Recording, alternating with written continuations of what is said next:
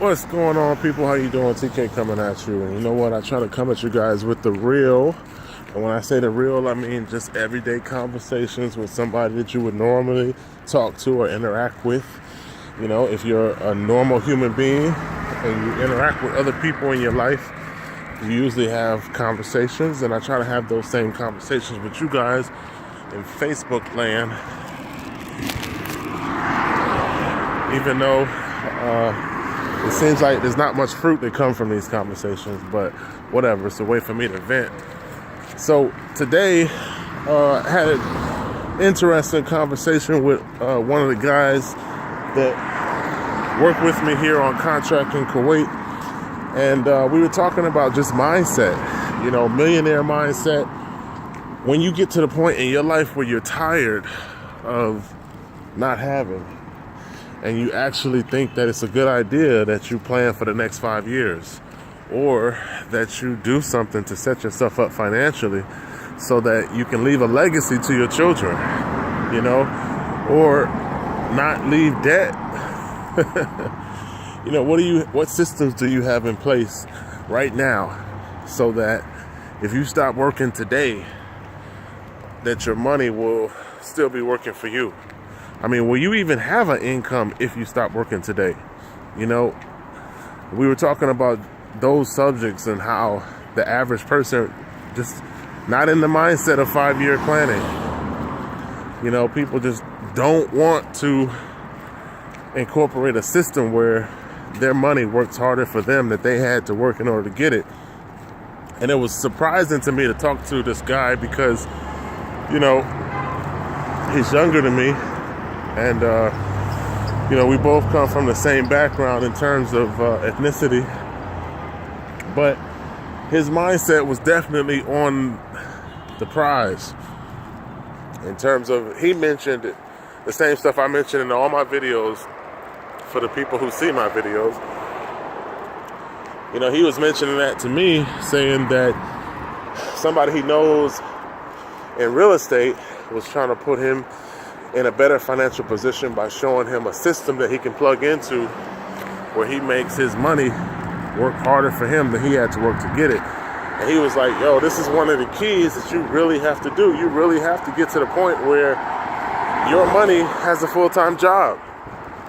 And this is coming from somebody else, okay? This is just me listening, because contrary to most conversations, what I do when I interact with other people is I listen and I try to learn something.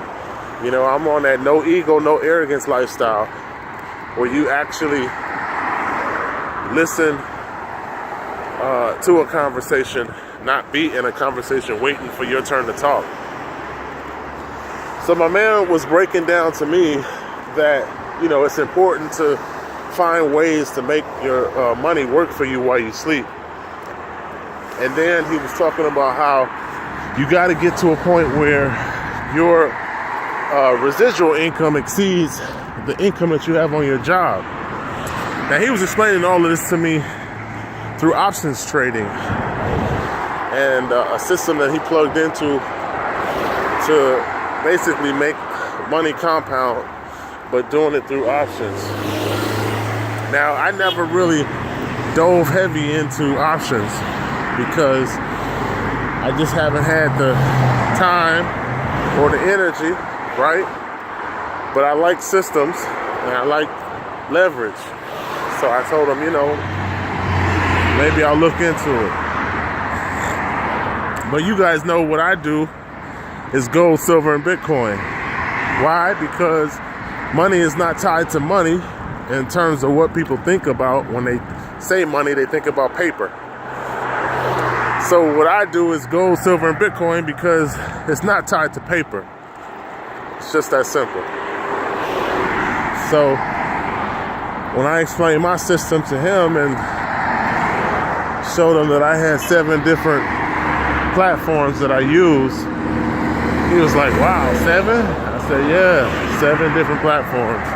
But it's all surrounded on gold, silver, and Bitcoin.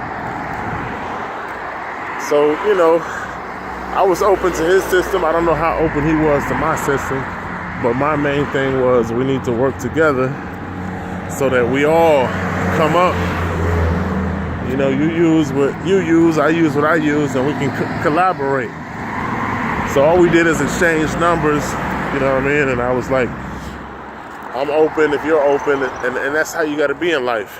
You got to be to the point where you express ideas to people, and people express ideas to you.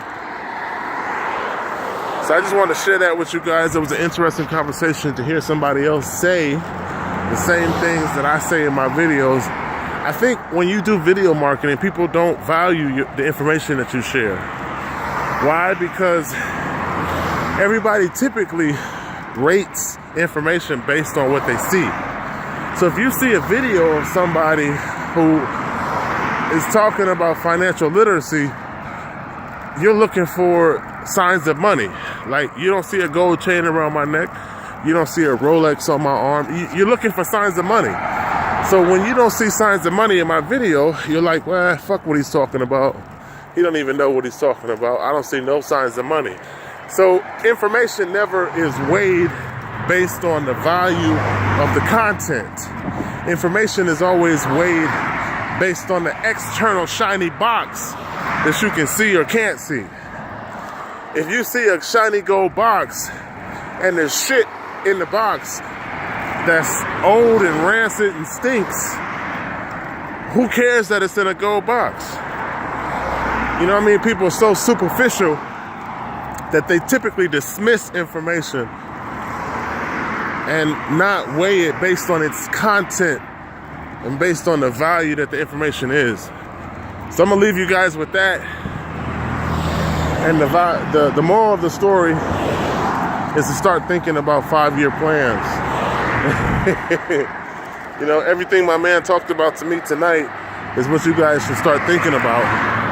Implementing some sort of strategy in your life that makes your money work for you instead of you slaving for money.